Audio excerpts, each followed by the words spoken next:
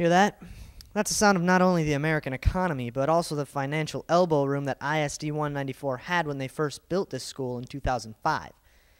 In other words, the district is stuck between a rock and a hard place, and the students have noticed. The school has no money. How did we get here? What happened? These thoughts have been running through the minds of students, parents, and district officers alike throughout the duration of this crisis. It seems as though, as the years go by, despite the budget cuts that the district continuously has to make, we still end up losing money.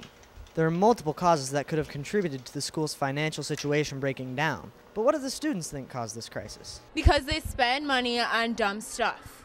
Because we wasted money on Norse turf. Because we've spent so much on all these TVs in the school that nobody watches. Because they're trying to feed kids like me. Scott Douglas, principal at Lakeville South, lays out one of the foremost reasons for the financial situation in the school. And one is that our economy has gone flat. We aren't building homes like we did 4 years ago, 5 years ago. We aren't bringing in new students like we did before. Our enrollment is actually, for the next 5 years, is projected to be flat. When you don't bring in new students, you don't bring in extra money. Public schooling gets most of its money from the taxpayers. The school expected to get a certain amount of money and shape their budget according to that number. So when they ended up getting a lot less than what they thought they were going to get, something had to be done. The budget cuts were announced on February 10th, and $6 million in total was cut out of next year's budget. They had to cut $10 million for the next 2 years. So the remaining $4 million will be handled in the budget for 2010 to 2011. The decisions made included $427,000 being cut from the activities budget for next year. Neil Strader, the LSHS Activities Director, sheds light on how they make decisions in terms of what activities are going to be cut. We always look at how many kids the cuts will impact. Are they sponsored by the Minnesota State High School League? And then lastly, what's the expense to the district, and what does it cost the district? And could this activity or sport run at a fee-based level? The entire budget cut plan can be looked up at the district official website under Finance. Now, there are many activities that are losing their budgets for 2009 to 2010.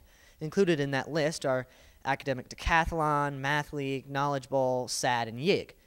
Now, that doesn't mean the activities themselves will be cut, but the budgets from those activities will be cut.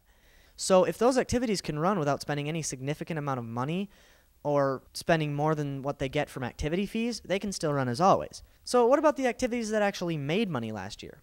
Of every activity in Lakeville South, there were only 2 that actually made a profit, and those were football and cross country. The revenue from these activities that comes from ticket sales, concessions, and other income sources is called a gate. Douglas illustrates where the gates from all of the sports and activities end up. The money we collect from ticket sales goes into a fund to help pay off the expenses we have for extracurricular activities.